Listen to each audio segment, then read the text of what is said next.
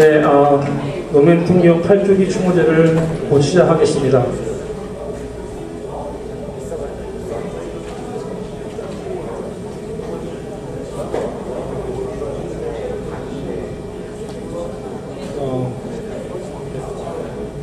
오늘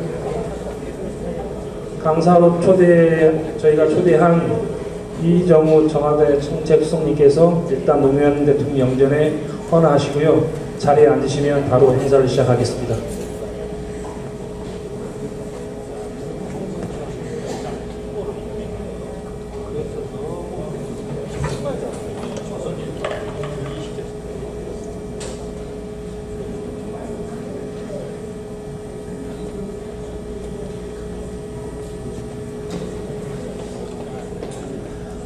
예, 감사합니다. 비정상의 정상화라는 얘기 많이 들어보셨죠? 겉옷을 혼자 벗는 것, 식당에서 줄을 서서 밥을 먹는 것, 그리고 참모들과 함께 커피를 들고 산책을 하는 것, 그리고 기간제 교사의 순직 처리를 승인하는 것, 그리고 대통령이 제 시간에 출근하는 것, 이것들이 상식이 되기까지가 무려 8년이 아니 9년이 걸렸습니다. 그죠? 참 오랜 시간이었습니다. 저는 오늘 여기 굉장히 기분 좋게 왔습니다. 여러분들 여기 기분 좋게 오셨어요? 뭐 나만 기분 좋게 온 것 같네요. 여러분 기분 좋게 오셨습니까? 네, 감사합니다. 너무너무나 기분이 좋습니다. 아직 갈 길이 멀지만 하늘에 계신 노무현 대통령께서 함께 해주시라 믿어 의심치 않습니다. 예수님의 말씀이 성경을 통해 우리의 영혼에 안식을 내려주듯이 노무현 대통령께서 보여준 상식과 행동이 앞으로 대통령을 이야기할 때, 우리 미래 대통령을 이야기할 때 기준이 되었으면 좋겠습니다. 지금까지 많은 대통령이 있었습니다. 그죠? 그리고 앞으로도 많은 대통령이 있을 것입니다. 하지만 내 마음속의 대통령, The Only President 노무현, 제 8주기 추모제를 힘차게 시작하도록 하겠습니다. 큰 박수 부탁드립니다. 감사합니다. 저는 이 사회를 맡게 된 내연사 이윤수표라고 합니다. 감사합니다.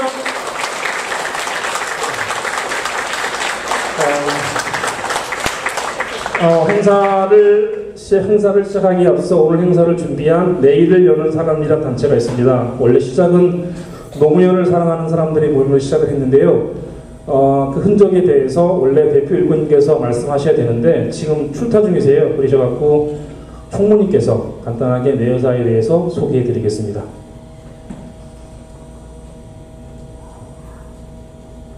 안녕하세요. 저는 이철호라고 합니다.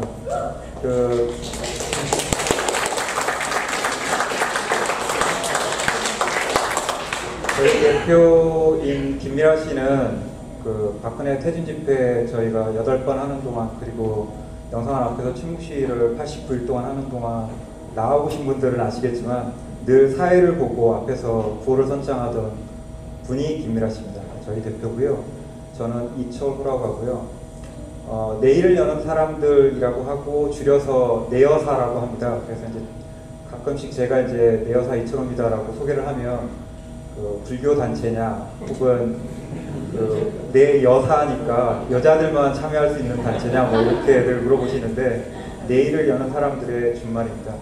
2002년도에 노무현 대통령이 처음에 민주당 경선에 참여를 하셨을 때 그때 이제 미국 서부 노상으로 시작을 했고요.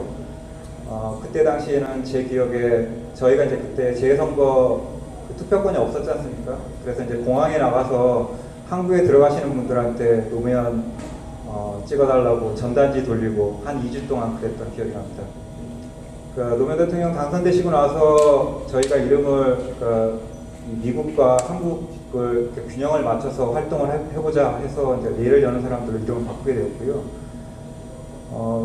저희가 이제 뭐 내일 모레 23일이 노 대통령 이제 8번째 기일이 됩니다. 그래서 이제 오늘 추모제를 마련을 했는데 그동안에 뭐 꼭 저희만이 아니고 그러니까 여러 단체들이 함께 추모제를 준비를 했었습니다. 그래서 오늘도 여러 단체들이 후원을 해주셨는데요. 제가 머리가 좋지 않아서 열어봐야 됩니다.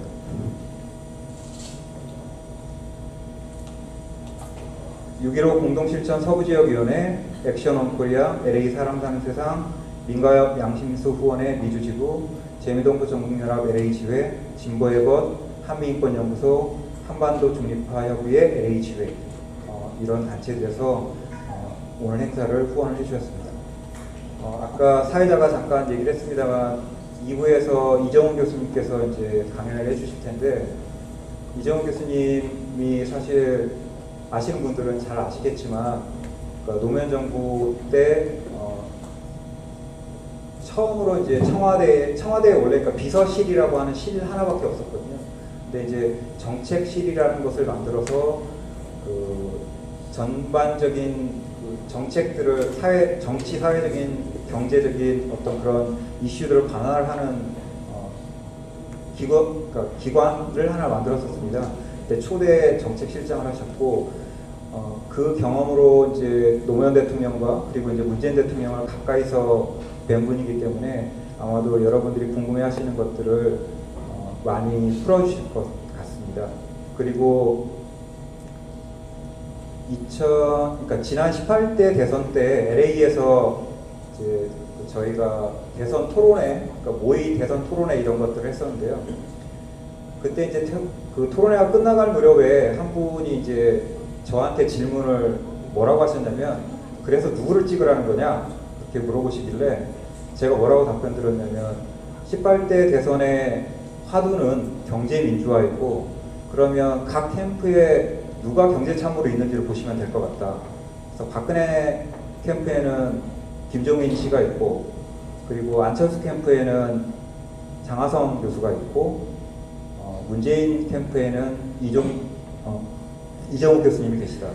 그러면 누가 경제민주화에 가장 적합한 인물인지 여러분들이 판단하실 수 있을 것 같다라고 말씀을 드렸었거든요. 그분을 오늘 이 자리에 모셨습니다. 그러니까 아주 좋은 말씀을 많이 드릴 수 있을 것 같습니다.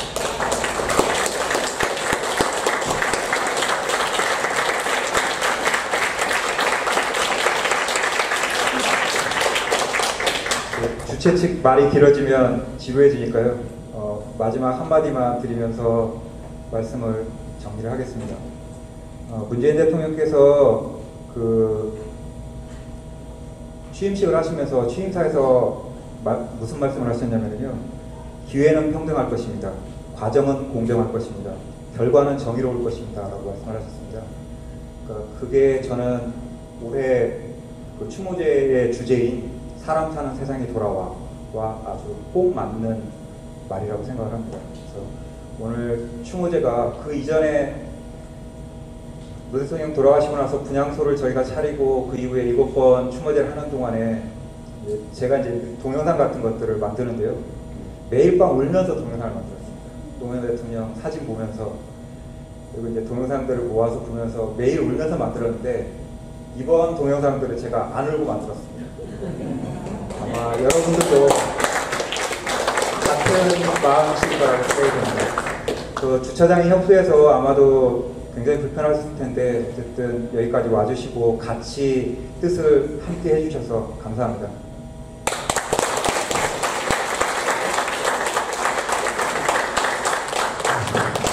네, 감사합니다.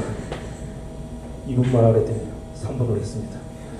자, 이제 모두 자리에 일어나셔서 간단하게 일단 민주주의를 위해서 열심히 살아가신 우리 민주 열사들과 대통령을 위해서 간단한 묵념을 갖도록 하겠습니다. 일동 묵념.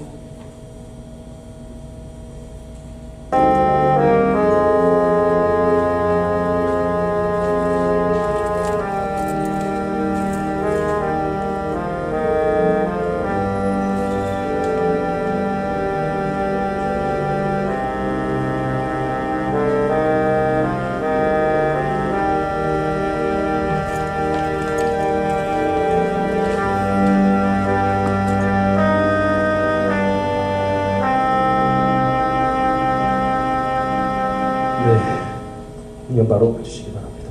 예, 자리에 앉아주시기 바랍니다. 이 행사를 축하할 일인지는 잘 모르겠지만 이 행사를 준비함에 있어서 감사하다는 마음을 노무현재단에서 전달해 주셨습니다. 이해찬 노무현재단 지사님 말씀을 한번 들어보도록 하겠습니다. LA 추모 행사에 오신 동포 여러분 안녕하십니까? 노무현 재단 사장 이해찬입니다. 노무현 대통령님 서거 8주기를 맞아 추모 행사에 참여해주신 동포 여러분 대단히 고맙습니다. 제가 작년 6월 미국을 방문했을 때 초청 강연에서 보여주셨던 여러분들의 성원에 다시 한번 깊은 감사의 말씀을 드립니다. 올해 추모제는 나라다운 나라, 사람 사는 세상이라는 주제로 진행이 되고 있습니다. 그렇습니다. 사람 사는 세상이 돌아오고 있습니다. 국정교과서가 폐지됩니다. 5.18 기념식에서 임을의 행진곡이 재창됩니다. 세월호 아이들을 구한 기간제 교사분이 순직으로 인정됩니다. 촛불 시민의 힘으로 평화적으로 정권 교체가 이루어졌습니다. 세계 역사상 유례없는 민주주의 최고이자 귀감입니다. 노무현 재단은 정부로부터 예산을 지원받아 올해에 로마마을의 대통령 기념관을 착공합니다. 창덕궁옆에는 민주주의와 시민의 가치를 실현할 노무현 센터가 현재 설계 중이고 2020년 완공될 예정입니다.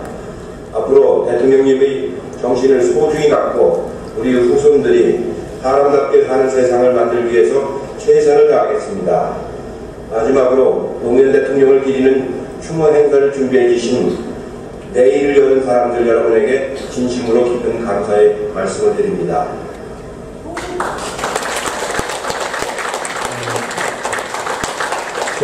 이해찬 전 총리께서 중국의 특사로 파견되셨죠? 이게 중국에서 영상을 만드셔서 온라인으로 보내주신 겁니다. 다시 한번 큰 박수 부탁드립니다.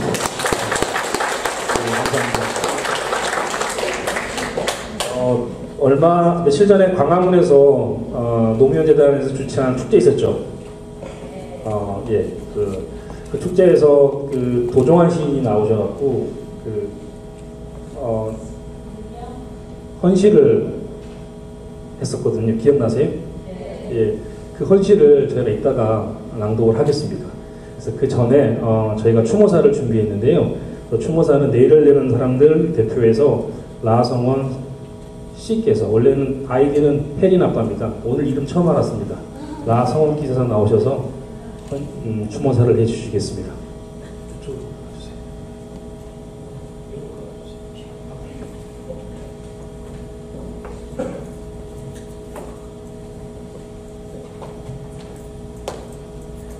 감사합니다.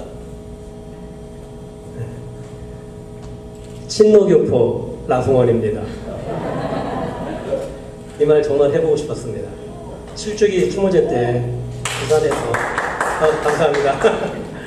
7주기 추모제 때 부산에서 이은미가 마이크 잡고 노래하기 전에 이렇게 말했어요. 안녕하세요 여러분, 친노 가수 이은미입니다. 그 말이 그렇게 눈물이 나더라고요. 저 그 말 해보고 싶어서 오늘 이 자리 제가 하겠다고 자청한 겁니다. 한 번 더 할게요. 네, 친노교포 라성원입니다. 파도 같은 말이에요. 잘 살아야겠다. 반듯하게 살아야지. 아이들에게는 모범이 되는 아빠로, 사람들이 볼 때 그래 친노는 저래야 돼. 이런 규범을 가지고 살아야겠다라는 화두 같은 이름이에요. 그 이름 이렇게 쓸 수 있어서 너무 좋아요. 추모제 읽을게요. 네, 읽어야 실수 없이 할 수 있을 것 같아서. 일단 이 추모사를 저 때문에 양보당하신 분 계십니다.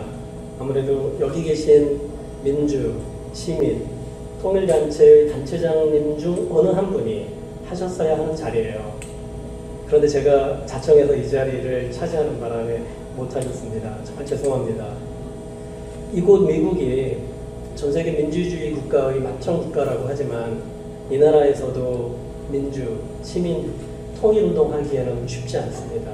저희 알고 있고 각 시민단체, 통일단체에서 일하시는 여러분들에게 진심으로 감사를 드리고 또 격려의 말씀 올립니다. 오늘 이 자리를 만든 내일을 여는 사람들에 관하여 제가 가지고 있는 소회가 있습니다. 내일을 여는 사람들이라는 이름은 마치 고려왕조 몰락 후에 왕씨들이 삿갓을 올려쓰고 전시 행세를 했다는 전설처럼 노무현 대통령 사후 우리의 방향을 찾고 고민하다가 살짝 삿갓을 올려 쓰고 내일을 여는 사람들이라는 이름으로 지금까지 활동을 해왔습니다. 어찌 보면 여기는 대구 경북보다 더 보수적인 땅입니다.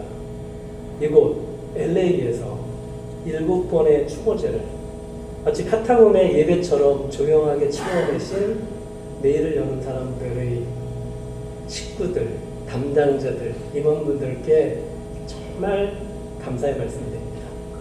박수 한번 쳐주세요.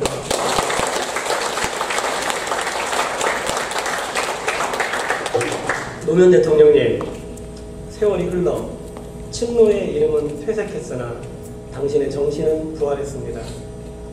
세월호와 함께 바다에서, 촛불과 함께 거리에서 일어났습니다. 그리고 박근혜가 탄핵당했습니다. 친일, 반민족, 반민주, 반통일, 반노동의 세력들이 심판당한 것입니다. 적폐라는 단 하나의 단어로 묶을 수 있는 그들을 청산하라는 시대정신이 문재인을 대통령으로 만들었습니다. 친노가 패권을 가졌다면 그것은 권력이 아닙니다. 원칙과 상식이 친노가 가졌던 유일한 패권입니다.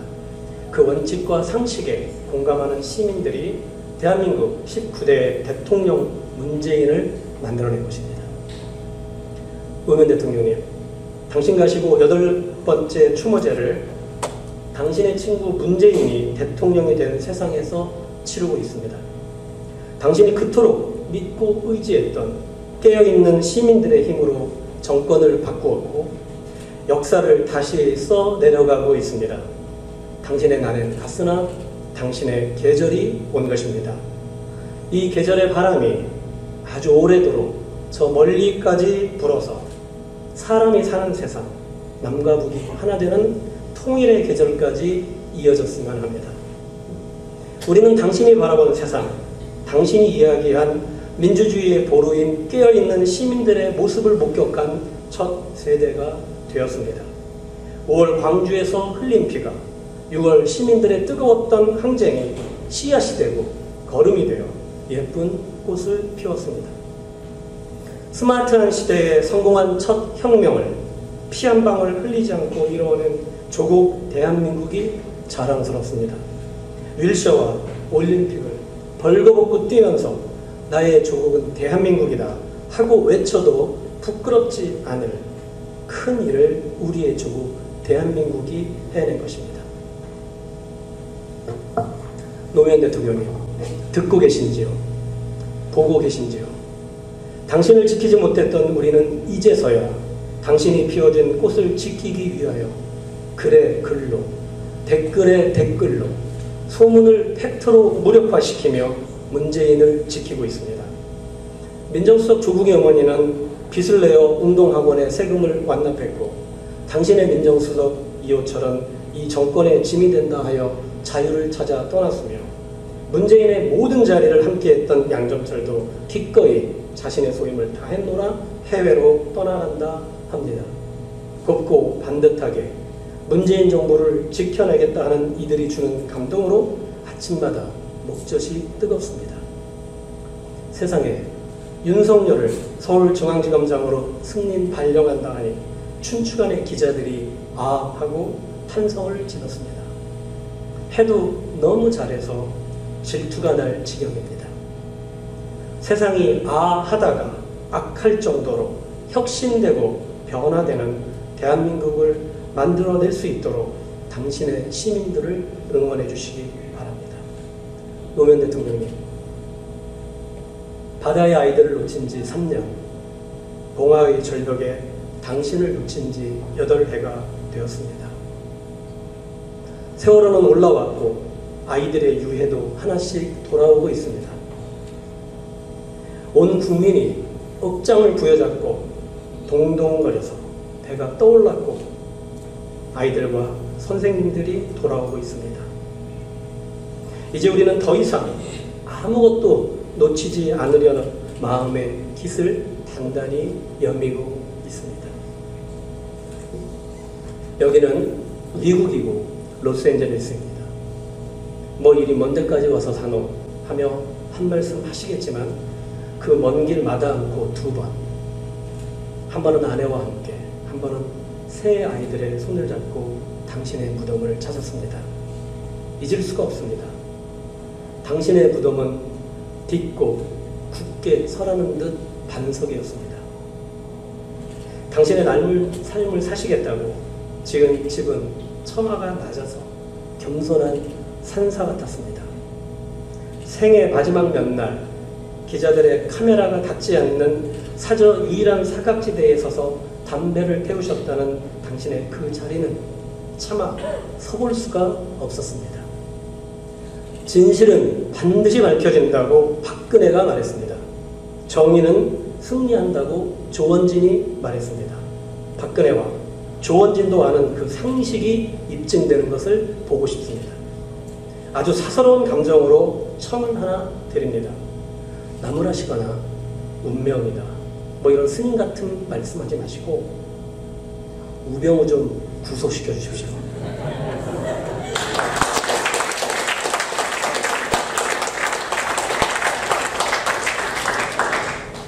예, 그 친구 구속되는 거 봐야 저는 이렇게 청소라도 할 것 같아요. 정의는 공평해야 합니다. 법의 공평함을 막아서는 그는 불의이고 적폐입니다. 원칙과 상식으로 그 이름을 단죄하여 주었으면 합니다. 우리 마음의 영원한 대통령 노무현님, 9번째 추모제에서 또 뵙겠습니다. 우리는 각자의 삶을 살지만 같은 이상을 가진 사람들입니다.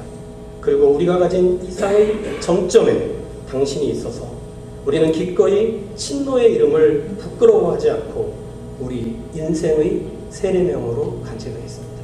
감사합니다.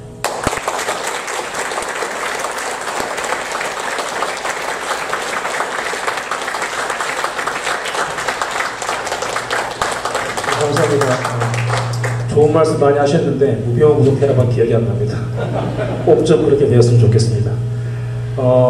아까 말씀하신 대로 이제 추모시 헌신양도 있겠습니다. 그 도종환 시인의 운명이라는 시인데요. 우리 이유진님 나오셔서 낭송해 주시겠습니다.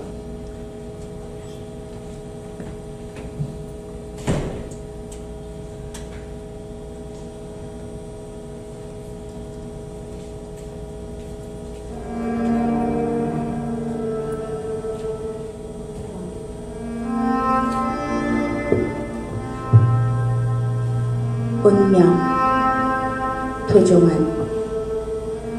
당신 거기서도 보이십니까? 산산조각난 당신의 운명을 넘겨받아 치열한 희망으로 바꾸어 온 뜨거운 순간의 발자국들이 보이십니까? 당신 거기서도 들리십니까? 송곳에 찔린 듯 아프던 통증의 날들, 그 하루하루를 간절함으로 바꾸어 이겨낸 승리. 수만 마리 새떼들 날아오른 날갯짓 같은 환호와 함성 들리십니까? 당신이 이겼습니다. 보고 싶습니다. 당신 때문에 오래 아팠습니다. 당신이 떠나신 뒤로 야만의 세월을 살았습니다. 어디에도 담아둘 수 없는 슬픔, 어디에도 불지를 수 없는 분노, 촛농처럼 살에 떨어지는 뜨거운 아픔을 노여움 대신 열망으로, 혐오 대신 절박함으로 바꾸며 하루하루를 살았습니다.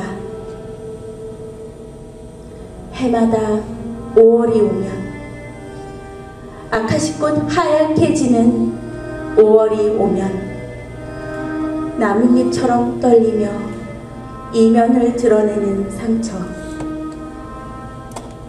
우리도 벼랑 끝에 우리 운명을 세워두고 했다는 걸 당신도 알고 계십니까?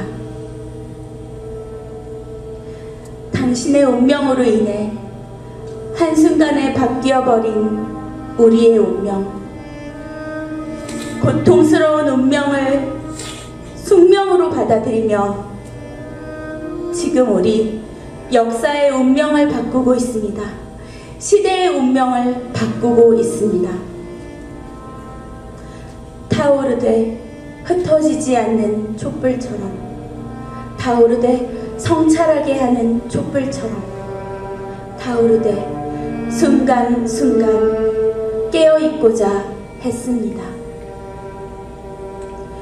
당신의 부재, 당신의 좌절, 이제 우리 거기 머물지 않습니다.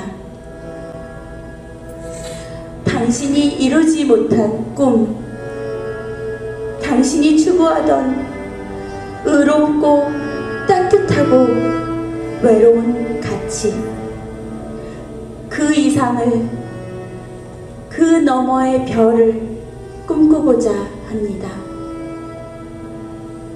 그 꿈을 지상에서, 겁탁의 현실 속에서 이루고자 합니다.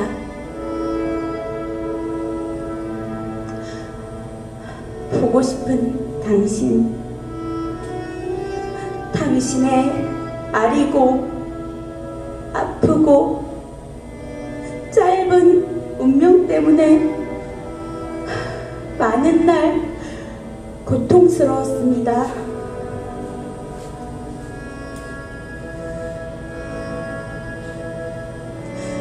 그러나 보이십니까?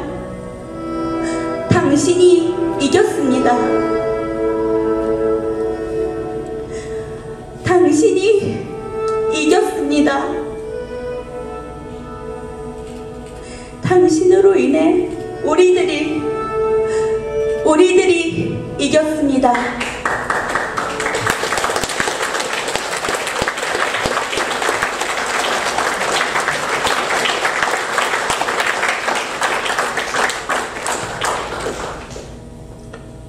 감사합니다. 신앙송을 해주신 우리 이유진 씨께 다시 한번 큰 박수 부탁드립니다.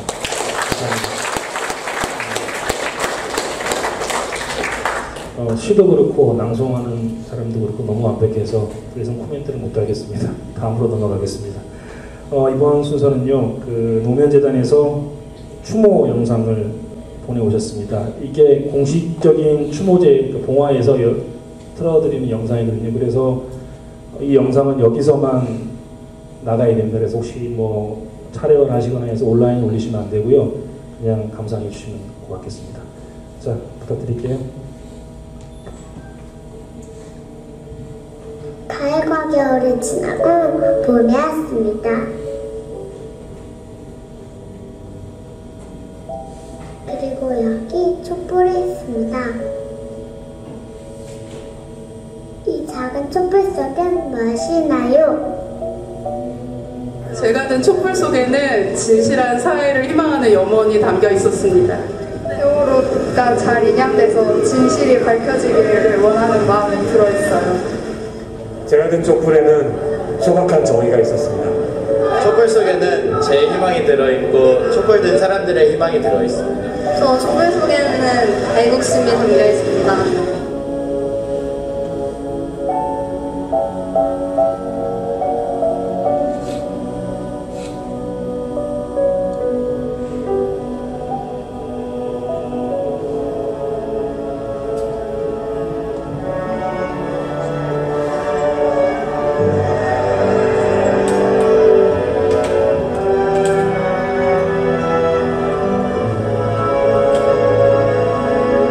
분노의 의지를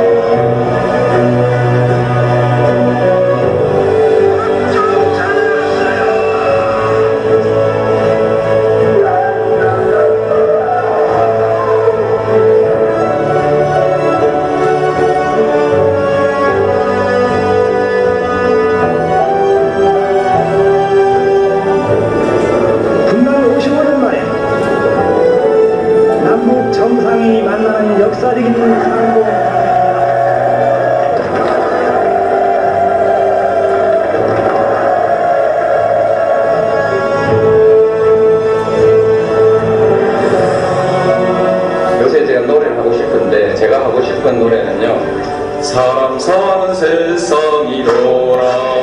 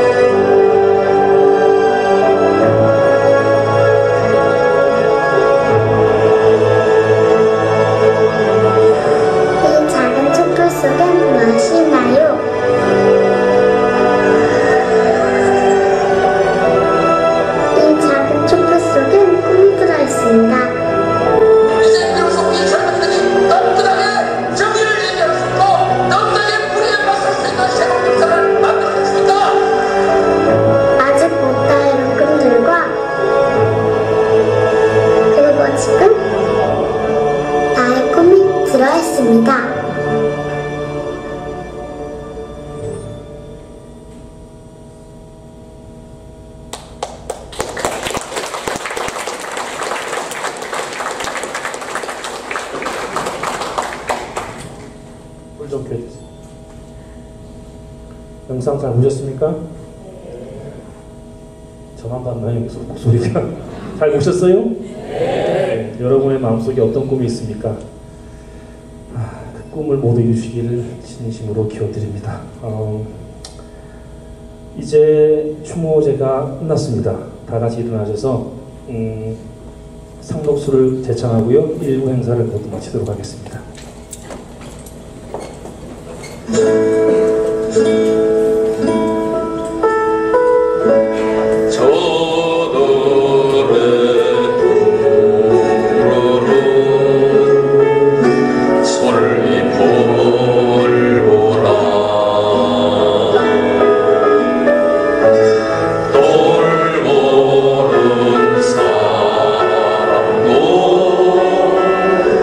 하나 없는데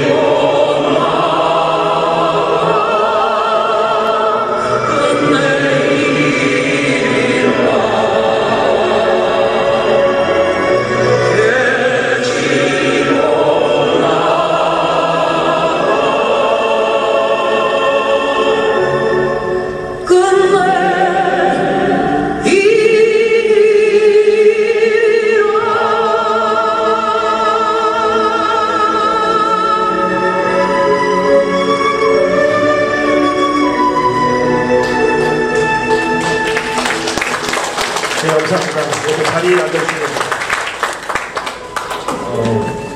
이상으로 1부 팔뚝이 추모식을 모두 마치겠습니다. 바로 2부를 시작하겠습니다.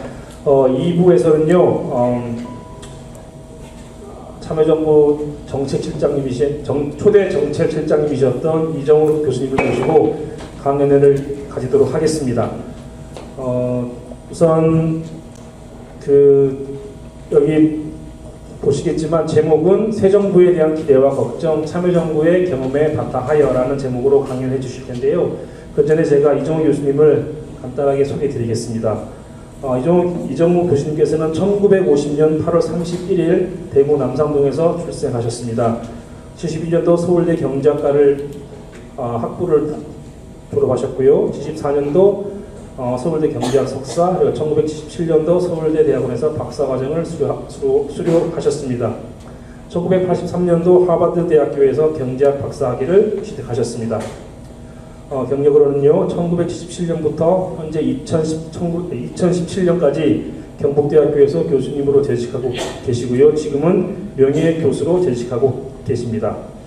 이후 재정경제원 신경제정책 자문위원, 대구시 경제협의회 위원, 대구시 시정연구위원, 경북지방노동위원회 공익위원으로 활동하셨습니다. 이로써 경상북도 제1회 경제학도로 우뚝 서게 되십니다. 이러한 활동을 바탕으로 해서요, 대통령 자문 정책기획위원, 참여정부 대통령직 인수위원회 경제 1분과 간사, 한국경제발전학회 회장, 참여정부 초대 대통령 정책실장, 참여정부 대통령 정책특보경 정책기획위원장을 하시게 됩니다. 그리고 대통령 자문 빈부격차 차별시정위원장을 역임하셨고요. 2012년 대통령 선거 문재인 후보 경제민주화위원장을 역임하셨습니다. 노무현 대통령 서거 8주기 추모제를 맞이해서 이렇게 멀리까지 오셔서 강연을 해주신 우리 이정우 교수님을 힘찬 박수로 맞이해주셨으면 좋겠습니다.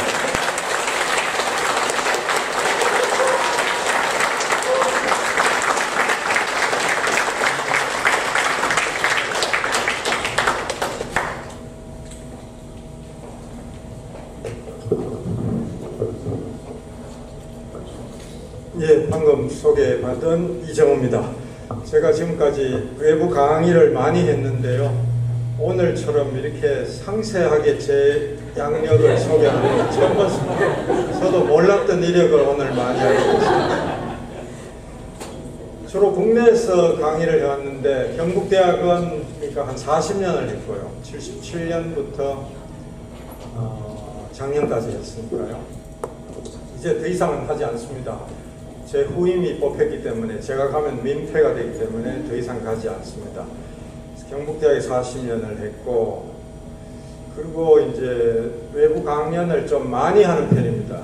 서울에서 주로 많이 하고, 부산에서도 하고, 광주도 하고, 대전도 하고, 춘천도 하고, 뭐 전국을 다니는 편인데요. 제일 초청을 안 해주는 곳이 어디겠습니까? 저를. 대구입니다. 대구에서는 저를 통 부르지 않고 알아주지도 않습니다. 네. 제가 그냥 붙어있는 게 다행이고요. 쫓겨나지 않고. 근데 대구도 많이 달라지고 있습니다. 이번 대선에서도 대구의 몰표가 현상이 좀 줄어들었고, 그래도 좀 전보다는 훨씬 균형을 잡아가고 있기 때문에 제가 이렇게 이야기했습니다. 최근에 인터뷰를 많이 하고 있는데, 최근 인터뷰에서 이렇게 했어요. 사람들이 대구를 자꾸 뭐 후진적이다, 보수적이다 이렇게 이야기하는데 너무 그렇게 꾸중만 하지 마라. 대구가 장족의 발전을 하고 있다. 그리고 대구는 발전 가능성이 제일 높은 도시다. 그래서 제가 어디서 읽은 세일즈맨 이야기를 생각하는데요. 어느 신발 운동화 회사에서 운동화를 팔아먹으려고 아프리카의 어느 부족 나라에 판촉 사원을 2명 보냈어요. 그 나라에 앞으로 운동화를 얼마나 팔아먹을 수 있겠는지 팔로 시장을 한번 조사해봐라. 했더니 2명이 돌아봐. 근데 그 나라는 맨발로 다니는 부족입니다. 신발을 신지 않은 부족인데 2명이 보고 가려고 하는데 한 명은 이 나라는 희망 없음, 곧 철수하겠음 이렇게 올렸고, 또 한 명은 이 나라는 무궁무진한 잠재력이 있어 이렇게 올렸다고 합니다. 그래서 대구는 외부에서 보면은 굉장히 후진적이고 보수적이고 왜 저러나 그러고 있죠. 이번에도 그 문재인 후보가 전국에서 다 1위를 했는데 1위를 못하고 2위밖에 못한 유일한 곳이 대구 경북입니다. 그러나 장족의 발전을 했어요. 네, 새누리당이 전에는 80% 이렇게 가져가는 것이 이번에 홍준표 후보가 50%가 안 됐습니다. 그리고 문재인 후보가 21%를 얻었던데요. 그래서 제가 기억을 더듬어 봤어요. 몇 년 전에, 오래전에 노무현 후보가 몇 퍼센트를 얻었더라. 인터넷 치면 요즘 바로바로 나오죠. 그래서 제가 아직 못 쳐봤는데 20%가 안 됐을 겁니다. 아마 16% 뭐 이런 숫자가 아니었을까 싶고요. 그렇다면은 그래도 대구가 발전하고 있다. 그래서 대구가 이렇게 좀 다른 지방에 비해서 느리다는 것이지 발전하고 있기 때문에 격려하고 용기를 북돋아 줄 일이다. 그렇게 생각합니다. 저는 대구에서 왔고 평생 대구에서 출생을 했고 제 출생지는 아까 그 출생지까지 소개하는 그 소개를 처음 들어봤어요. 대구 남산동에서 출생했다 이렇게 말하는데 제 출생지가 아직 집이 그대로 남아 있고요. 제가 혹시 뭐 대통령이 안 되겠지만 되면은 또 생가 보존 무슨 운동을 할지도 모르겠어요. 아직 남아 있습니다. 그곳은 아까 이 자막에 나왔던 전태일 열사의 출생지하고 불과 100m 정도 떨어져 있습니다. 남산동 출생이고요. 또 대구가 낳은 유명한 인물, 오래 살았다면 틀림없이 대통령을 했을 인물이 한 명 있는데 조영래 변호사, 인권 변호사. 전태일 열사의 전기를 썼죠. 그 암울한 시절에. 그분이 천재 중에 천재고 그런 뛰어난 인재인데 아깝게 오래 못 살았습니다. 담배를 너무 많이 피우다가 폐암으로 일찍 가셨는데 조영래 변호사가 어릴 때 대구에서 살았고요. 대구에서 살던 곳이 대봉동이라고 합니다. 대봉동은 제가 졸업한 경북 고등학교가 있는 동네인데 저기 우리 고등학교 동기들이 지금 몇 명이 와서 제가 온다 그러니까 저 만나러 지금 와 있습니다. 대단히 반가운 것이 수십 년 만에 처음 만났어요.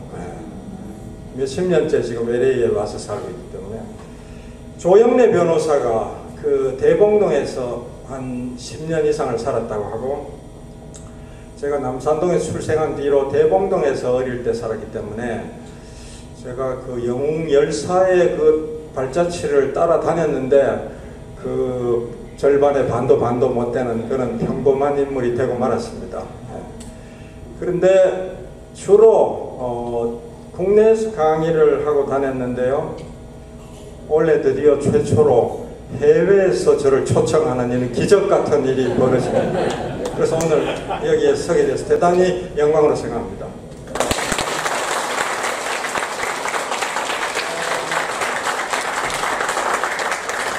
그래서 오늘 이 초청이 없었으면 저는 매년 5월 23일에는 봉화의 추모제에 참석을 해왔기 때문에 거기 갈 텐데요. 원래는 거기 불참한다고 결석계를 미리 내고 여기 왔습니다. 오늘 저의 강의 제목은 이게 돌아가야 되는데 복작달석을 하지 않는데요. 컴퓨터 쪽을 네.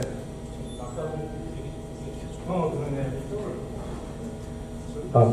저걸 보고 하는 줄 알았는데 밑을 보고. 예, 교수님 잠깐만 죄송합니다. 예. 차 좀 주차하기 좀 잠깐 드리겠습니다. 시급한 민생 문제라고 하시죠. 예, 민생 문제입니다. 7RXW382 닛산 차고요. 알티마 그리고 캠리 7NWT284 요 차 좀 빼주시면 감사하겠습니다. 다시 말씀드릴게요.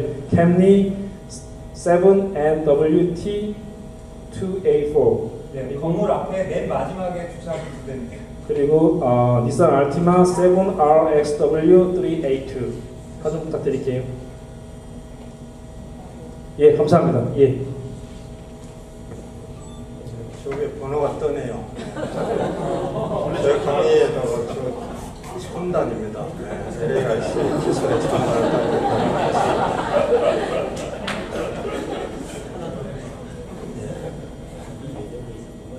제가 참 LA 오기를 참 잘했다. 배워가는 게 있다 하는 것을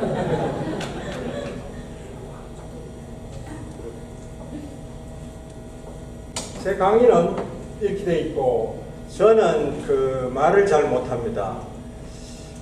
그런 제 스스로 느끼기에 조금은 쓴다고 스스로 그렇게 과대망상에 빠져 있는데요. 시는 영 못 쓰고 아까 도종환 시인의 시 낭독이 있었는데 시는 중고등학교 다닐 때 저 뒤에 있는 친구들도 기억하겠지만은 어느 날 1년에 한 번쯤 시 짓는 날이 있었어요. 그래서 시 한 편씩 적어내라. 1시간을 줍니다. 낑낑거리고 적어내는데 졸작 중에 졸작이가 내가 봐도 부끄러운 정도의 시밖에 못 썼습니다. 한 번도 입상한 적이 없고 입상작을 이제 발표를 하는데 들어보면은 아주 그럴듯해요. 도종환만큼은 안 되지만 상당한 수준의 시를 써내는 친구도 있는데 저는 시는 도무지 안 돼요. 시에는 전혀 소질이 없다는 것을 제가 일찍 발견하고 포기를 했습니다. 산문인데 산문은 제가 조금은 쓰는 편이고 제가 쓰는 것보다는 더 잘하는 게 남이 쓴 글을 읽고 틀린 걸 이렇게 고쳐주는 이런 좀 잘합니다. 이거는 이렇게 쓰면 훨씬 좋았을 텐데 이런 거는 굉장히 빨리 제가 포착을 해냅니다.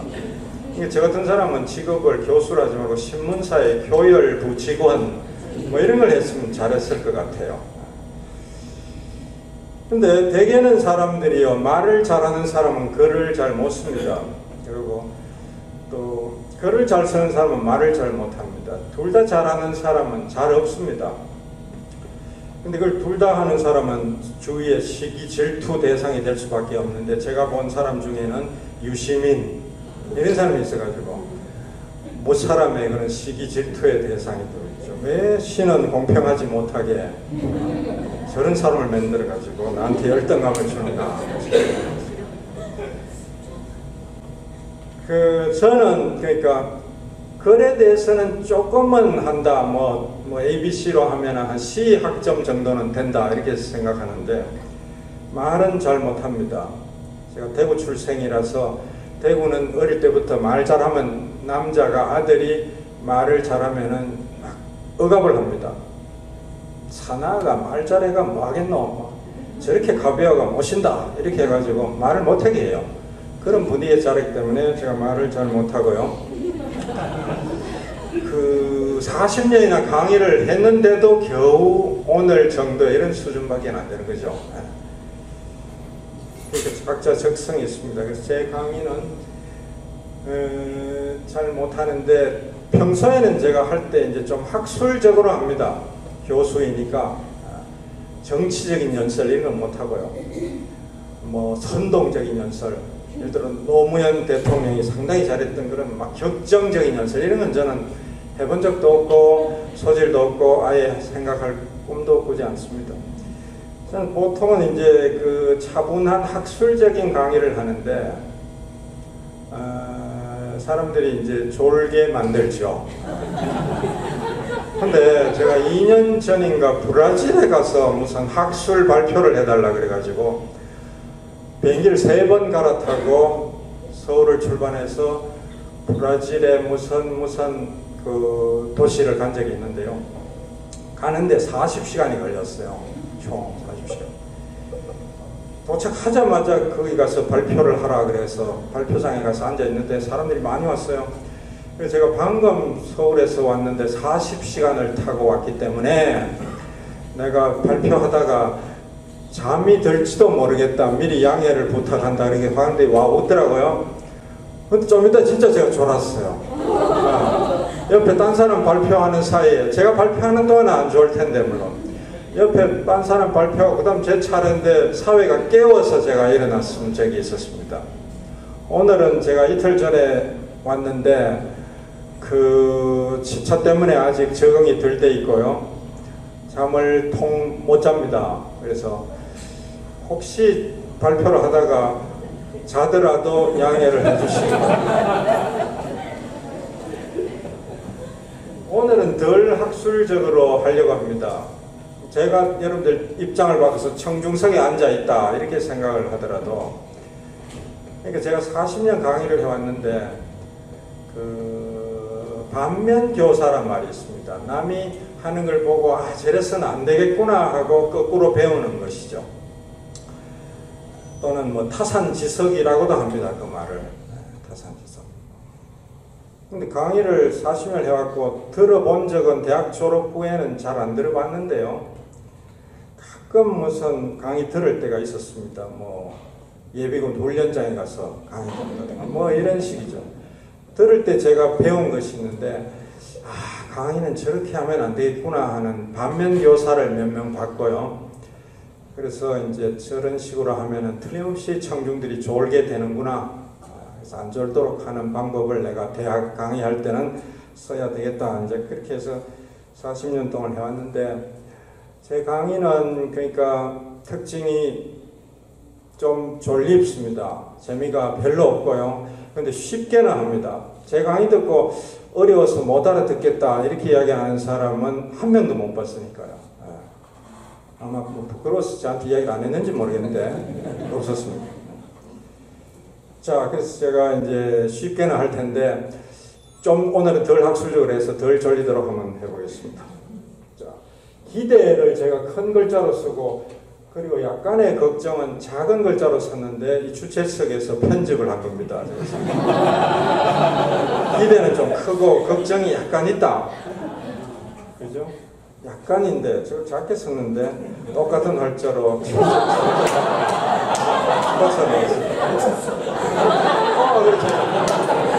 첨단 기술, 역시 LA는 과학 기술이 발달한 도시라는 걸 알겠습니다. 이쪽을 향해 준다. 제가 세월호 3년 지났습니다. 세월호의 모든 외부 강의에서 세월호 이야기를 잠시 하고 본론에 들어갑니다. 오늘은 좀 짧게 하겠습니다. 세월호 참사를 보고 제가 드디어 배운 사실은 1852년에 벌큰헤드호라는 영국 군함이 있었습니다. 여러분들 이 이야기를 아는 분이 여기 극소수가 계실 텐데 대부분은 모르실 거라고 보고 소개를 하겠습니다. 이 군함은 영국을 출발해서 남아프리카를 향해서 가고 있었는데, 이렇게 아프리카 왼쪽에 툭 튀어나온 부분을 돌고 있었는데 시간을 단축하려고 너무 육지에 가까이 운항을 하다가 암초를 부딪힙니다. 깨졌어요, 배가. 그래서 좌초 배가 이제 까랑기 시작합니다. 이때 함장인 세톤 대령이 해군 한 400 몇십 명을 그 갑판 위에 모아놓고 연설을 합니다. 명령을 내리기를, 자, 이 배는 곧 침몰한다. 여러분들은 절대로 이 배 고명 보트는 지금 150명밖에 탈 여분이 없다. 남자들은 일절 여기에 타지 마라. 한 명도 타서는 안 된다. 고명 보트는 오직 가족들만 탄다. 여성과 아이들 몫이다. 그래서 Women and Children First라는 그 명령을 내립니다. 그래서 여성 아내와 아이들이 그 고명 보트를 탔고, 남자들은 그 그림을 보면은 갑판 위에서, 기우는 갑판 위에서 수백 명이 도열해가지고 떠나는 고명 보트를 향해서 거수경례를 부동자세로 하고 있는 그림이 남아 있습니다. 그럼 어떻게 되느냐? 기울면은 각자 이제 배가 침몰하면은 각자 나무 토막을 잡든지 뭘 잡든지 살려고 최대한 노력해라. 그러나 무슨 일이 있어도 고명보트에 올라가는 일은 안 된다. 이렇게 명령을 내렸어요. 그래서 어떻게 됐느냐? 그 193명이 생존했습니다. 193명 생존인데 거의 여성과 아이들은 전원이 구조됐고, 남자들은 몇십 명밖에 못 살았고, 나머지 400 몇십 명이 죽었습니다. 거의 다 죽고 몇십 명만 살아남았어요. 아주 파도가 거칠고 그 이제 상어도 막 출몰하는 그런 바다였습니다. 살아날 수가 기적이죠. 이 이후로 이것을 벌큰헤드호의 훈련이다 이렇게 말하고 벌큰헤드 정신 이렇게 부릅니다.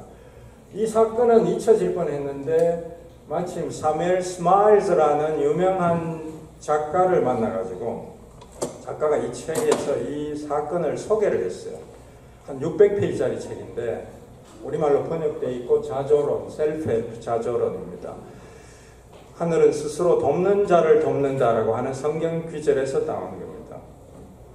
이 책에 이제 이 벌큰헤드 사건이 소개되어 있습니다. 책에 한번 읽어보시기 바랍니다. 참을성 있게 읽어보시기 바랍니다. 왜냐하면 끝부분에 나오기 때문에. 그 바람에 이 불과 7년 후에 1859년에 나왔고 이 책이 베스트셀러대가 수백 세 인쇄가 됐어요. 이 책을 서양에서는 모르는 사람이 없습니다. 셀프헬프란 책을. 그 정도로 유명한 책이고 동서고금의 유명한 미담 뭐 이런 좋은 이야기를 많이 모아놨기 때문에 교양도서로 아주 좋은 책이죠. 그 바람에 이 벌큰헤드호가 잊혀지지 않고 전 세계에 알려진 것이고 그 뒤에 몇십 년 뒤에 루디아드 키플링이라는 작가가 시를 남겼고요. 시를 남겼고 타이타닉호가 침몰한 것이 정확하게 60년 뒤인데 60년 뒤에 벌큰헤드의 정신이 그대로 실천에 옮겨져서 그 남자 선원들은 구명보트를 오르지 않습니다. 여성과 아이들만 그걸 타고 구조가 됐죠. 그러나 세월호는 어떠냐? 그보다 100년 뒤에 일어났는데요. 너무나 부끄럽게도 선장과 선원이 맨 먼저 탈출하는 이런 일을 했습니다. 그러나 양대홍이라는 사무장은 그 부인한테 급히 전화를 하면서 지금 배가 기운다. 아들이 둘이 있었어요. 양대홍에. 아들 둘이 지금 등록금 낼 때가 다 됐는데 빨리 어느 은행 계좌에 돈이 있으니까 등록금 이자 뿌리지 말고 꼭 내라. 나는 학생들 구출하러 가야 되니까 전화 길게 못하겠다. 끊자. 그게 마지막이 됐습니다. 양대홍 사무장의 그 연결식 장면을 뉴스에서 제가 봤는데 그 빈소에 뒤에 플래카드가 붙어 있는데 플래카드에 이렇게 써놨어요. 세월호 사무장 양대홍은 끝까지 비겁하지 않았다. 이렇게 써놨어. 굉장히 제가 감동을 받았습니다. 박지영이라는 아가씨는 선원이 아니고 그 배에 매점, 군내 매점에 물건 파는 과자, 음료수 파는 그런 알바이트 하는 여학생이었어요. 전문대를 다니는데 휴학을 하고 등록금 마련하려고 이 배에 올랐습니다. 배가 기울자 구명조끼를 학생들한테 하나씩 나눠줍니다. 박지영이. 근데 그 단원고 학생 중에 한 명이 물었어요. 왜 누나는 왜 구명조끼를 안 해요? 이렇게 물으니까 박지영이 대답하기를 나는 맨 나중에 할 거야 이렇게 대답했다고 그 살아남은 남학생이 증언을 했습니다. 근데 결국 살아나지 못했습니다. 박지영은. 이 맨 마지막에 할 거야 이게 벌큰헤드호의 정신이거든요. 저는 이걸 보면서 벌큰헤드호를 배웠지 싶은 이준석이나 선원들은 전혀 실천하지 않았고 그 선주인 유병헌은 대구 성광고등 졸업생이고 도망친 이준석 선장은 대구 옆에 칠곡 출신입니다. TK입니다. 그렇습니다. 여기서 제가 꼭 지방색을 밝히려는 건 아니지만은 저 의로운 양대홍 사무장은 전라도 사람입니다. 그래서 제가 이 강의를 특히 대구에서 할 때는 좀 강조를 합니다. 대구 사람들 자꾸 호남 사람들 미워하는데 그러지 말자. 우리가 부끄럽다. 그런 얘기죠. 강의를 강조를 하고 싶은데 대구에서 처음 저를 강의를 불러주지를 않아요. 다른 지역은 제가 굉장히 많이 불려서 가는데요. 대구에서는 안 불러줍니다. 저는 대구에 이다나 정말 이상하다. 왜 노무현한테 가 있노? 이런 식입니다. 그래도 대구는 달라지고 있고 아까 제가 운동화 파는 그 세일즈맨의 정신으로 열심히 분투 노력하고 있습니다. 대구도 무한한 잠재력을 갖고 있는 그런 지역입니다. 저는 양대홍이나 박지영 이런 사람은 앞으로 교과서에 반드시 의인으로 실려야 한다. 그래서 자라나는 아이들이 보고 배워야 한다. 이렇게 생각합니다. 살아남은 자의 슬픔이란 시가 있는데요. 저는 문재인 후보의 2012년 대선 때 경제민주화 위원장을 했습니다. 제가 안 하려고 굉장히 도망을 다녔는데 붙들렸어요.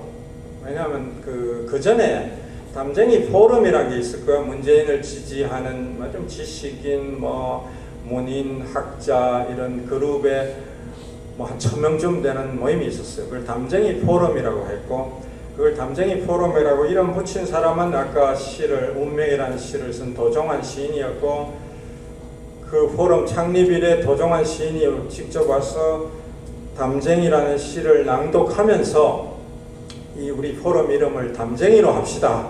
담쟁이 정신으로 한번 해봅시다. 그렇게 주장해서 많은 사람이 찬동을 해서 그 담쟁이 포럼이 됐습니다. 제가 그날 놀란 것은 도종환 시인이 자기가 오래전에 썼던 담쟁이라는 그 시를 한자도 틀리지 않게 그 자리에서 암송하는 걸 보고 야, 역시 시인은 위대하구나 하는 걸 제가 느꼈습니다. 제가 그 담쟁이 포럼의 연구위원장이라는 걸 맡았습니다. 연구위원장. 그래서 그걸 하나 감투를 하고 있었기 때문에 경제민주화위원장을 뽑게 되는데 제가 안 하려고, 왜냐 감투를 하나만 해도 무거운데 2개씩 하는 사람 잘 없잖아요. 그래서 안 하려고 여기저기 찾고 찾았는데 찾다가 잘 못 찾고 결국 마지막에 제가 쓰게 됐어요. 경제민주화위원장. 그래서 어제 뉴스 다 보셨겠지만은 초대 문재인 정부의 정책실장으로 임명받은 사람이 장하성 교수인데요. 고려대학에. 찾다 제가 장하성 교수한테 부탁을 했어요. 당신이 문재인 후보의 경제민주화위원장을 좀 해주시오. 당신이 평소에 재벌개혁 운동도 했고 소액주주 운동도 했고 하니까 적임이 아니냐. 한번 생각해 보겠소 하고 한 일주일 동안 답이 없었어요. 장하성 교수가. 그러더니만 일주일 뒤에 뉴스가 나오는데 장하성은 안철수 후보의 그걸 돕기로 했다 하면서 그렇게 걸로 휙 갔습니다. 뻐꾸기 둥지 위로 날아가 그렇게 됐어요. 그래서 제가 할 수 없이 이제 그까지 덮어서서 경제민주화위원장도 맡게 됐습니다. 그래서 경제민주화 당시 위원장이 박근혜 밑에는 김종인이 있었고, 아까 우리 이철호 선생이 그런 얘기 했죠. 안철수 밑에는 장하성이 있었고 문재인 밑에는 제가 있었어요. 세 사람이 비교가 되고 3자 토론을 붙여보려고 여러 방송국에서 초대를 했습니다. 그래서 제가 불려갔는데 MBC에서 이제 3명을 불렀어요. 부르는 데까지는 성공했는데 3자 토론은 실패했습니다. 안 돼요. 왜? 김종인 박사가 같이 앉아서 토론을 안 하려고 그랬어요. 저는 하자 그러고 장하성도 좋다 하자 그러는데 김종인이 안 하겠다는 거예요. 왜 안 하겠다 그런지 물어볼 수도 없고요. 자신이 없어서 그랬나 하고 의심을 하고 있습니다. 그건 의심하기 쫄만 하잖아요. 사실 웬만하면 해야지 그걸 왜 안 합니까? 학자가. 그러니까 어떻게 하느냐, 40분씩 쪼개가지고요. 1편 김종인 편에서 30분씩 정도 했을 겁니다. 그게 100분 토론이니까 김종인 편 30분 해서 패널이 질문하고 김종인이 답하고 나가면은 제가 바로 들어가요. 그 다음에 김종인하고 악수 먹으면서 김종인은 퇴장하고 제가 들어가서 또 같은 패널이 저한테 이제 공격을 퍼부으면 제가 또 답변하고, 그럼 제 다음에는 이제 장하성 교수가 바통 타치에 들어가고, 그렇게 해서 이상한 100분 토론, 그런 100분 토론 한 번도 못 보셨을 거야. 그렇게 한 적이 있습니다. 또 다른 언론에서 세 사람을 불러서 싸움을 붙여보려고 굉장히 노력을 했는데 한 번도 성공을 못했어요. 계속 못하겠다는 거예요. 저는 그걸 참 해보고 싶었습니다. 근데 못했는데 어쨌든 그 뒤에 많은 역사의 변천이 있었고, 여러분들 김종인의 역할 잘 아실 것이고, 어제 뉴스에 장하성이 뜻밖의 이때까지 안철수를 도왔는데 전혀 돕지 않았던, 한 번도 도운 적이 없는 문재인 대통령의 초대 정책실장이 됐다, 이런 뉴스가 지금 어제 나와서 깜짝 놀랐습니다. 자, 저는 노무현 대통령의 초대 정책실장이었습니다. 그때 누가 되느냐 하는 것을 놓고 언론이, 그때는 인수위가 2달 있었고요. 인수위 동안에 이제 후보를 놓고 정책실장이라는 자리가 처음 생겼고, 왜 그전에는 청와대 실장이 2명밖에 없는데요. 비서실장은 다 압니다. 비서실장 유명하고 실세 뭐 권력 뭐 이렇게 되죠. 경호실장도 있고, 경호실장도 한때는 차지철이라는 사람이 있을 때는 막강한 권력을 갖고 있을 거예요. 나머지는 없었죠. 2명만 있었는데, 그 새로 이제 노무현 대통령이 실장 2개를 추가했는데 그게 정책실장과 안보실장을 추가합니다. 그래서 제가 초대 정책실장의 뜻밖의 임명이 됩니다. 해프닝이 벌어집니다. 아무도 어느 언론도 못 맞췄어요. 그거를 전부 이제 김진표냐, 경제관료 김진표가 되느냐, 아니면 학자 중에는 김병준 교수가 될 것이다. 국민대학의 행정학과에 지난번에 총리 될 뻔하다가 촛불 때 실족했던, 아깝게 총리 못한 김병준 교수라고 있었는데, 그 사람이 노무현 대통령하고 오랫동안 10년 동안 지방자치 실무연구소를 했기 때문에 그 사람이 되지 않겠나. 이제 학자를 된다면 김병준일 것이고 관료로 가면은 김진표일 것이다, 이렇게 되었습니다. 근데 전혀 아닌, 이름도 못 들어본 지방대학 교수인 이정우가 됐어요. 그래서 언론에서 깜짝 놀라서 그런 일이 벌어졌습니다. 그 다음에 안보실장이 있었고요. 근데 사람들이 밖에 가서 정책실장 그러면 잘 몰라요. 비서실장 하면 괜히 높은 줄 아는데, 정책실장 하면은 뭐 차관 밑에 있는가 보다 뭐 이런 정도로 생각합니다. 회사에도 실장 많고, 그렇죠? 그렇죠. 근데 실제로는 여러분들 실장이 굉장히 높은 자리고요. 실장은 청와대 4명이 있는데 장관급입니다. 수석은 여러분들이 굉장히 높다고 생각하는데, 안종범 경제수석 막강했잖아요. 그죠? 경제수석은 사실은 차관급이에요. 그걸 사람들이 잘 모르고, 저보고도 자꾸 수석님 하고 그런 무례한 방식으로 그건 차관급이고, 수석은. 실장은 장관급입니다. 그리고 청와대라는 것은 희한해가지고요. 제가 가보니까 그런 거 처음 봤어요. 항상 모든 행사에 앉아라 서나 서열대로 앉고 서열대로 서고 이렇게 합니다. 너무 심해요. 그래서 미국 백악관도 그렇게 하는가 좀 유심히 한번 보고 싶어요. 항상 오른쪽은 권력 서열 1위가 앉는데 그건 비서실장입니다. 왼쪽에, 대통령 왼쪽에는 2위가 앉는데 그건 정책실장이에요. 3위가 안보실장은 비서실장 옆에 앉습니다. 오른쪽. 4위 경호실장은 그 다음에 이제 이쪽에 정책실장 옆에 앉습니다. 1, 2, 3, 4, 5, 6 딱 정해져 있어요. 한 번도 틀린 적 없고요. 제가 2년 반 있었는데 한 번도 그 예외를 본 적이 없습니다.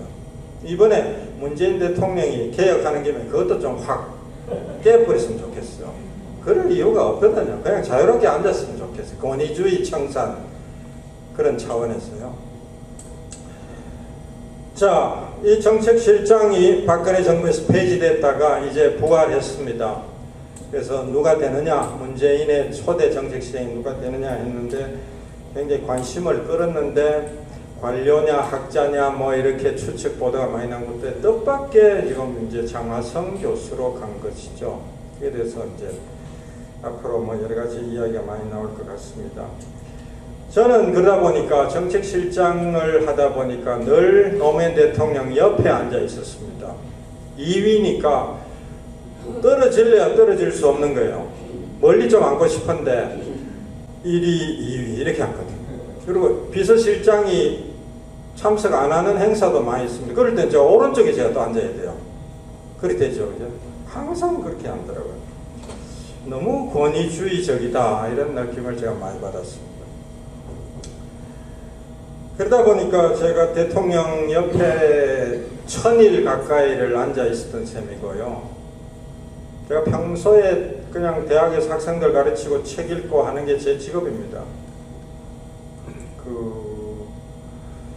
근데 뜻밖의 일을 2년 반을 한 셈이고, 제가 외도를 별로 한 적이 없는데요.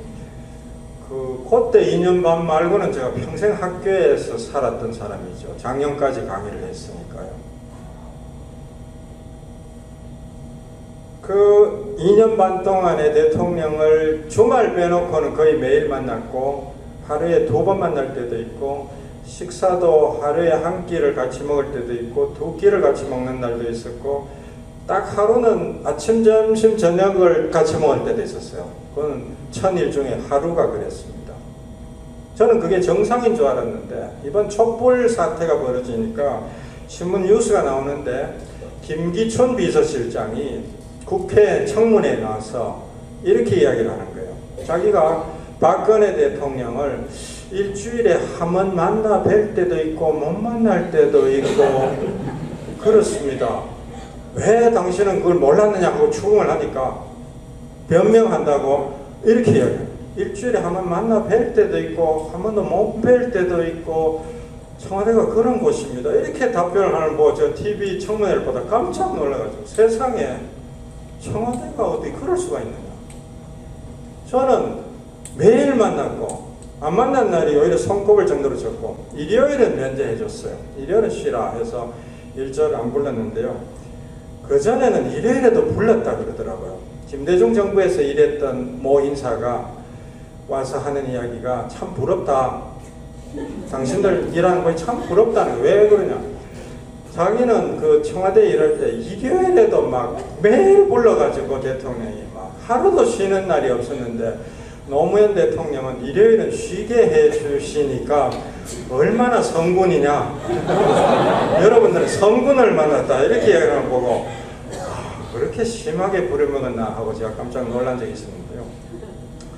이번에 김기춘을 보니까 진짜 성군을 만났습니다. 그렇게 인정한 대통령이 있습니다.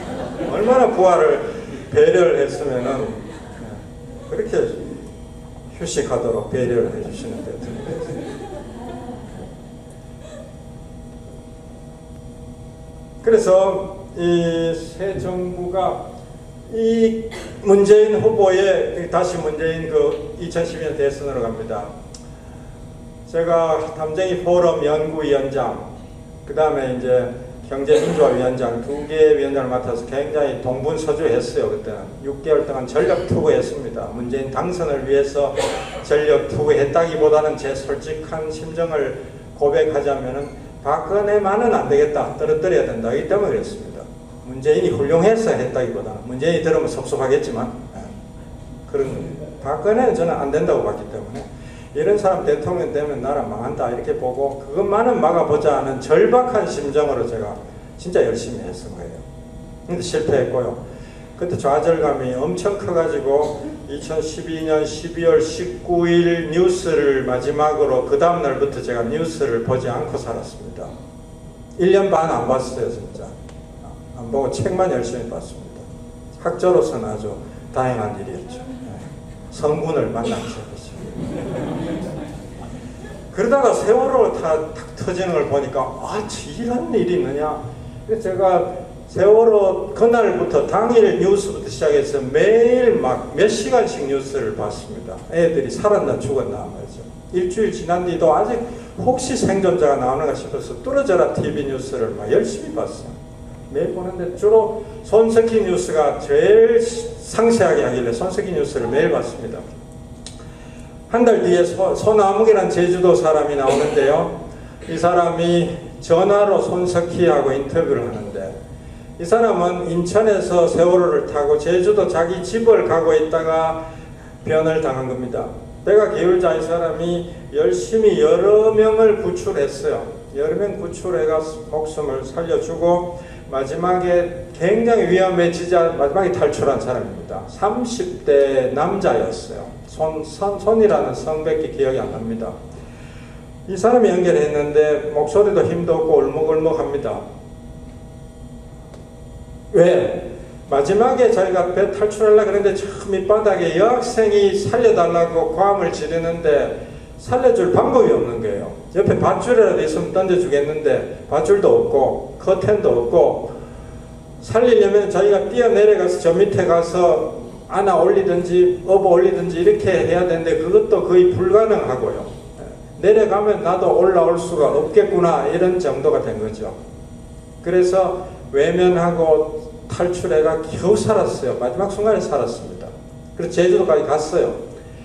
가서 생각하니까 이제 그 여학생의 그 눈동자와 목소리가 계속 들리는 것이죠. 살려달라는 그 목소리가.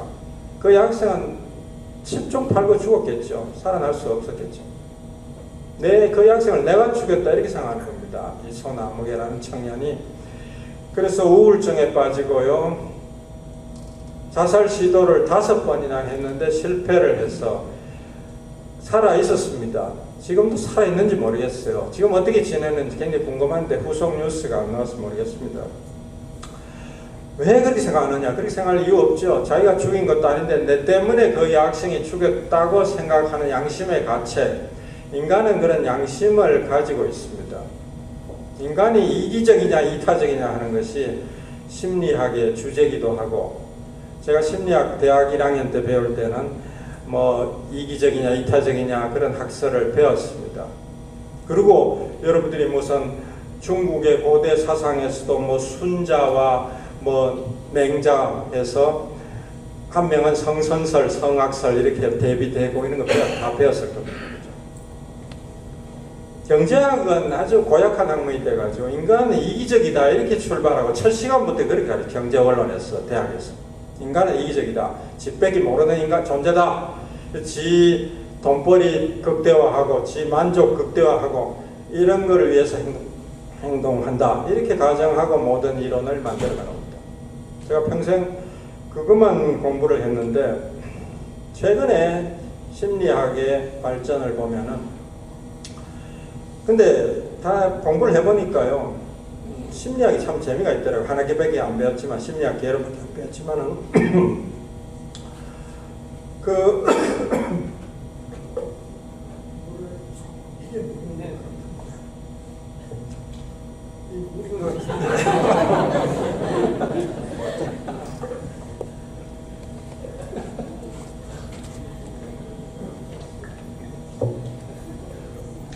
물병이 상당히 고급스럽게 생겨가지고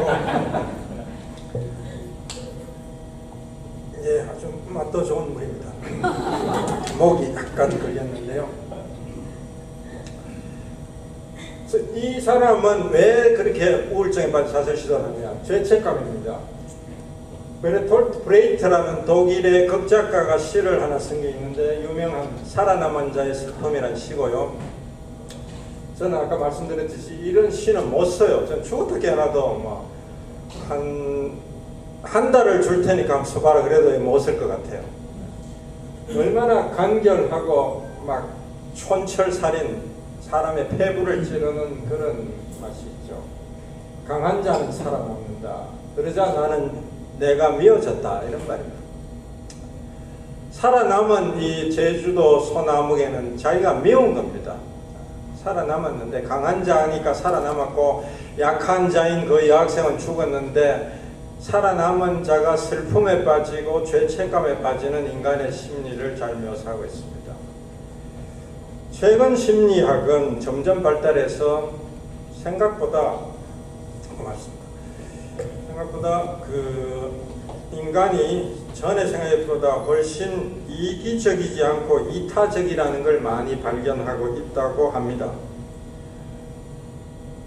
예를 들면은 쥐를 갖고 실험을 하는데요. 쥐 2마리를 잡아서 일주일을 굶겨서 두 쥐털에 서로 철망을 얽혀서 서로 볼 수 있는 가까이 2마리를 가두어 놓고 2마리를 굶긴 뒤에 일주일을 굶기고 한 마리한테만 음식을 던져줍니다. 그럼 허겁지겁 먹겠죠. A라는 쥐가 허겁지겁 먹는 동안에 B는 음식에 입이 닿는 순간에 옆에 전류가 통하도록 해서 B라는 쥐는 전기 고문을 당하도록 해놨어요. 장치를. 그럼 A가 허겁지겁 배고프니까 먹다가 몇 번 먹고 나면은 쥐가 지능이 꽤 높답니다. 생각보다는. 한국에 뭐 그 대통령을 그런 동물에 비유하는 그런 불경스러운 사람도 있던데요. 굉장히 지능이 생각보다 높답니다. 높아서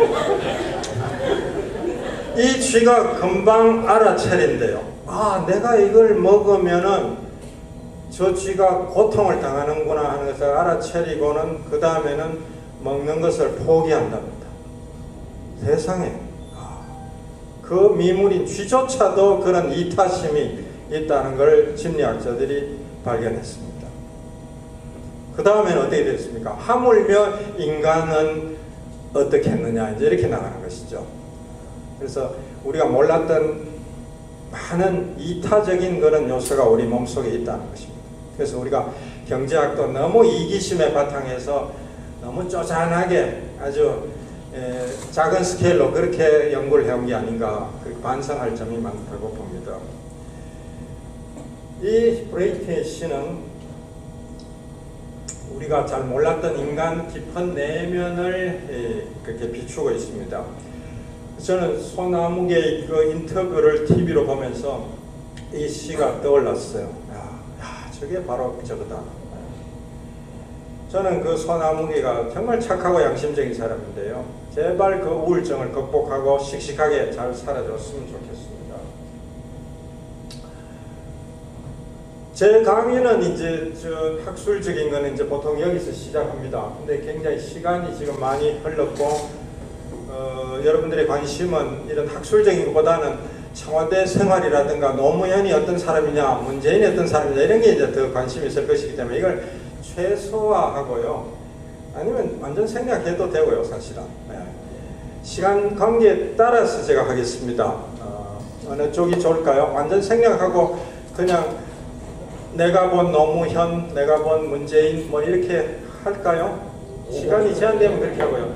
아니면 30분 더 할 수 있습니까? 그러면은 한 학술적인 거를 제가 그래도 학자니까 아무리 폴리페서지만은 저는 제가 학자로 생각하거든요. 그래서 이걸 15분 정도 하고 노무현 문재인 이야기를 한 15분 더 하겠습니다. 그 다음에 질의응답이 있나요? 그럼 30분 여러분 시간이 또 주어집니다. 그때 질문이 많이 나올 텐데 주로 여러분들 궁금한 건 노무현 문재인일 거예요. 그때 질문 많이 하세요. 자, 한국은 왜 살기 어려운 나라인가? 저는 세 가지 요소를 듭니다. 토지의 중압, 노동의 열의, 복지의 빈약이다. 땅값이 너무 비싸다는 뜻입니다. 그래서 이거는 최근에 이제 성장률이 점점 떨어지고 있고 한국이 전국별로 떨어지고 있다. 불평등이 한국이 꽤 높아졌다. U자형으로 미국을 비롯해서 많은 나라가 U자형의 불평등을 보입니다. 불평등이 줄어들다가 계속 제일 좋았는데 제일 낮았죠. 낮은 수평선 저게 제일 좋은 지상 천국입니다. 제일 좋은 시기가 40년 계속되다가 80년부터 나빠졌다. 누구 때문이냐 하면은 레이간하고 대처 때문입니다. 영국, 미국에서 신자유주의 바람이 불어가지고 시장에 맡기고 국가가 개입을 안 하면요. 그러면 이제 뭐 헤비급 선수하고 플라이급 선수하고 같이 경기해봐라 하고 심판이 내려가 버리면은 결과는 뻔하죠. 그럼 불평등 커지는 겁니다. 그렇게 해서 불평등이 모든 나라에서 커졌다. 이거를 밝혀낸 것이 피케티라는 경제학자고요. 프랑스의 경제학자입니다. 거기 피케티 책에는 한국이 등장하지 않는데 한국의 경제학자가 한 명이 조사를 했어요. 그러니까 저 네모처럼 중간엔 자료가 없습니다. 그러니까 저 세계적 추세에 한국도 비슷하게 가 있구나 하는 걸 발견했습니다. 그리고 상당히 가파르게 한국의 불평등이 심해지고 있고요. 저대로 가면은 몇 년 뒤에는 미국을 추월할 것이다. 이렇게 지금 예측이 되고 있습니다. 굉장히 심각한 불평등입니다. 그 피케티는 이 사람이고 이게 이제 미국에서 프랑스에서 나왔을 때는 전혀 주목을 못 받았고 700페이지짜리 책인데 미국에서 하버드 대학에서 영어판이 나오니까 이게 베스트셀러가 돼서 아마존에 책이 동이 나서 몇 달을 기다려야 되고 그랬어요. 그러고는 바로 한국에서 번역판이 나왔는데 이 번역판에 좀 작은 글자를 보면 토마 피케티가 크게 있고요. 그 밑에 누가 번역했다, 누가 그 감수를 했다. 그리고 제일 끝에 해제 이정우 이렇게 돼 있었어요. 제가 이정우 아닙니까? 제가 해제를 했어요. 이거를. 해제라는 건 뭐냐면은 해설을 한 겁니다. 700페이지짜리를 읽는데 좀 어려울 테니까 쉽게 이 책이 어떤 책이다, 역사적으로 어떤 의미가 있고 내용은 어떻다는 걸, 그러니까 바쁜 사람은 700페이지 말고 20페이지만 읽으면 대충 파악되도록 해제를 제가 상당히 잘 썼어요. 굉장히 칭찬을 많이 들었는데, 그래서 학회에서 막 아주 명문장이다 이렇게 제가 호평을 받았는데요. 이름이 삭제됩니다. 저 이름이 지금 안 보이는데요. 저는 제 이름이 들어간 초판책을 제가 보관하고 있습니다. 증거를 나중에 보여드릴게요. 왜 삭제되느냐? 저 프랑스에서요, 이 책의 번역판에는 피케티 말고 다른 잡상인의 출입을 금한다 이렇게 하는 바람에 아무도 못 들어온다는 거예요. 그래서 한국 출판사에서 당황해가지고 그거 동양에서는 흔히 해제를 한다. 일본 책은 많이 그래 하거든요. 중국도 지금 번역하고 있는데 중국도 해제 누가 쓴다 카더라. 카드라는 경상도 사투리인데 그 정도는 이해 다 하시죠? 네. 그러니까 프랑스 출판사의 답변이 좋은 걸 알려줘서 고맙다. 중국도 못하도록 하겠다. 그래가지고 중국도 빠지고 한국도 빠지고 해제가 다 빠져버렸어요. 그래서 출판사에서 고심 끝에 별책 부록을 만들어냅니다. 해제만 따로 20페이지를 딱 만들어 내가 이 책 사는 사람한테 끼워줬어요. 그 바람에 제 이름이 저기 안 보이는데 실제는 제가 해제를 아주 잘 써가지고 미국까지는 안 알려졌는데 국내에서는 제가 굉장히 폴리페스 치고는 공부를 좀 하는가 보다 이제 아마 이렇게 된 거죠. 그래서 피케티가 이 책 번역판 나오는 걸 기념해서 한국을 사흘 방문했거든요. 실제 머무는 날은 이틀 정도니까 모든 언론이 인터뷰를 하려고 그러고 막 난리가 났어요. 땡겨가려고 막 여기사면 저 신문 방송국 뭐 이렇게 해서 난리 났는데 저는 1시간이나 피케티하고 1대1로 대담을 했습니다. 해제자로의 자격으로서. 그래서 상당히 부러움을 많이 받았습니다. 44살밖에 안 된 소장 경제학자인데 엄청난 업적을 올렸고요. 이 책 하나로 이 사람은 노벨 경제학상을 예약해 놓은 셈입니다. 틀림없이 20년 내로 노벨 경제학상을 받습니다. 이 책에서 이 사람이 자본이 굉장히 커지고 있다. 자본이 많아지고 있다. 모든 나라에서 선진국에서 국민 소득에 비해서 자본이 서너 배였는데 지금은 5, 6, 7배로 늘어나고 있다는 걸 발견했고요. 피케티 전에 아무도 몰랐어요. 이거를. 이 사람이 각종 막 수십 년 묵은 100년, 200년 전 통계를 갖고 와가지고 계속 판 거죠. 그렇게 해서 이걸 발견했습니다. 이렇게 할까요? 가운데. 포인트로. 예. 자, 그래서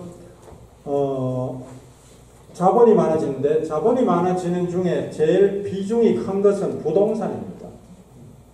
그러면 당연히 부동산이라면은 한국이 둘째가라면 서러워할 나라입니다. 부동산 투기의 왕국 이렇게 되죠. 그래서 제가 부동산 이야기를 피케티하고 많이 했습니다. 당신이 다음에 개정판을 쓰면은 한국을 꼭 넣고 한국의 이 추세에서는 다른 나라를 다 앞선다. 압도적으로 한국이 높을 것이고 여기서 제일 높은 나라 두 개가요. 일본하고 이태리인데 둘 다 부동산 투기 심했던 나라입니다. 그래서 이렇게 올라간 거예요. 한국은 높습니다. 베타 값인데 그게 방금 이게 베타가 딴 나라는 6이 안 되는데 한국은 7이 넘는다. 7이 넘는 나라가 거의 없는데 한국이 7이 넘는 겁니다. 그래서 한국의 토지가 어느 정도 지금 심각한가. 20년 전에 이런 통계가 있습니다. 한국 땅을 팔면은 미국 땅의 2분의 1을 살 수 있고, 제가 이제 어느 나라든지 가면은 부동산 시세를 꼭 물어봅니다. 아파트 하나 살려면 얼마입니까? 집세를 내면은 한 달에 얼마씩 냅니까? 이걸 꼭 물어봅니다. 미국 땅을 절반 살 수 있었어요. 20년 전에. 지금은 어떠냐? 지금도 살 수 있을 겁니다. 그러니까 사면은 동부를 안 사고 서부를 안 사겠습니까? 그럼 여러분들 잘못하면 미국에 멀리 이민한데 다시 한국 사람 될 거예요. 서쪽 땅을 다 살 수 있으니까. 아리조나, 네바다, 콜로라도 이런 건 다 살 수 있다는 얘기입니다. 캐나다는 6번을 살 수 있고, 남한 땅만 해서, 북한 땅은 값이 아예 없죠. 국유화되어 있으니까. 프랑스는 8번 살 수 있습니다. 지금 어떠냐? 지금 비슷할 것 같아요. 지금도 살 수 있을 겁니다. 이렇게 비싼 나라가 있느냐? 없죠. 평당 가격은 압도적으로 한국 1위입니다. 한때 일본이 1위였는데 일본 추월한 지가 오래고요. 일본은 우리보다 땅값이 훨씬 쌉니다. 이거는 재밌으니까 제가 시간이 좀 없지만 여기 소개할게요. 1968년에 제가 68학번인데 1학년 때 하숙집 친구들이 오랜만에 모였습니다. 수십 년 만에 동창회를 한번 했는데 거기서 2년 전에 들은 이야기입니다. 법대생이 하나 있었는데 이 친구가 아르바이트를 열심히 해서 25,000원을 벌었답니다. 당시 하숙비가 5,000원입니다. 그건 제 기억하고 일치합니다. 5,000원 5달치를 선납을 하니까 주인이 학생이 이거 내하고 같이 가자.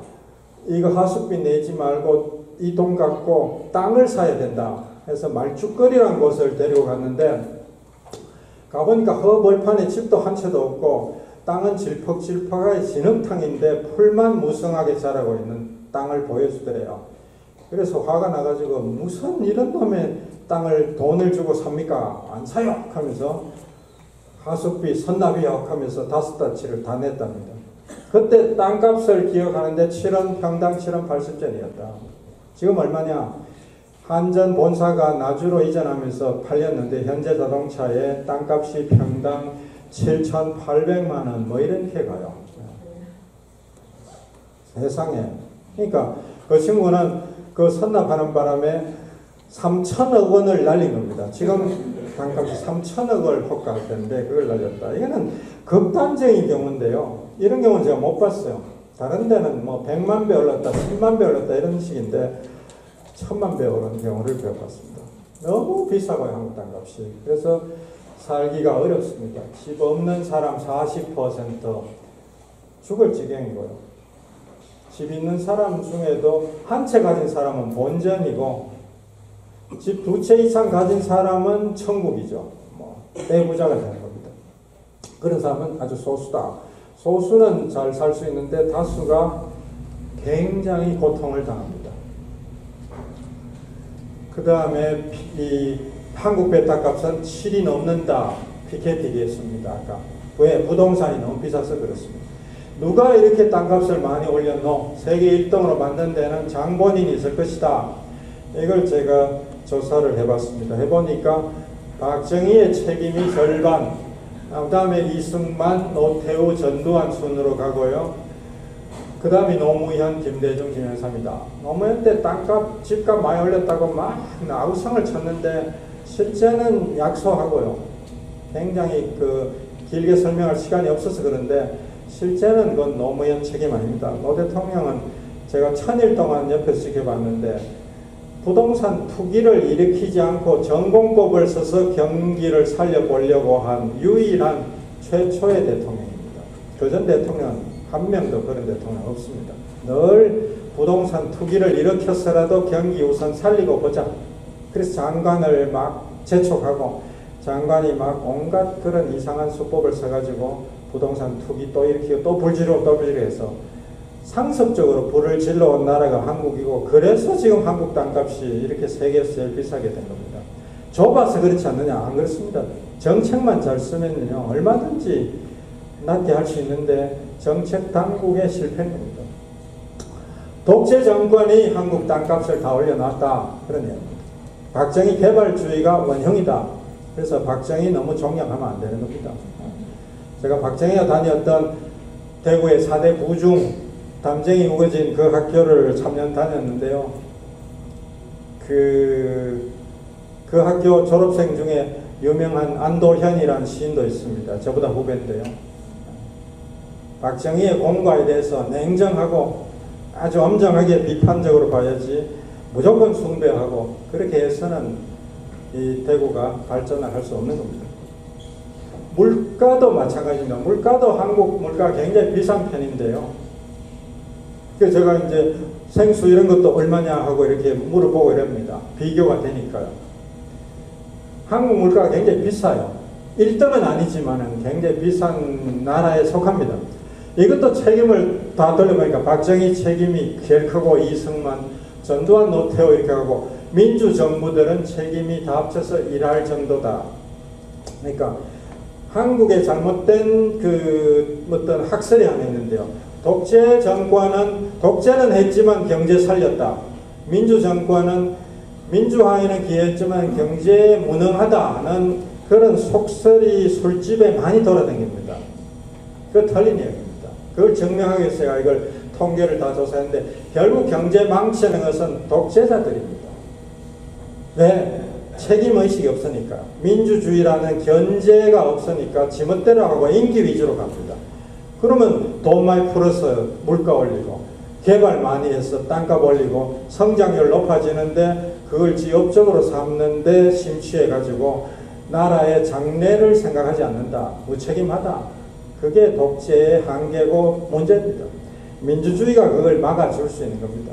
그러니까 민주주의가 경제를 살린다. 이게 올바른 이해다. 그래서 독재했지만 경제 살렸다. 그런 거짓말에 여러분들 앞으로 속아 넘어가지 말기 바랍니다. 노동으로 넘어가겠습니다. 에이브라함 링컨이 이런 말을 했고요. 노동을 엄청 우대하는 말을 했습니다. 한국에 아직도 이렇게 친노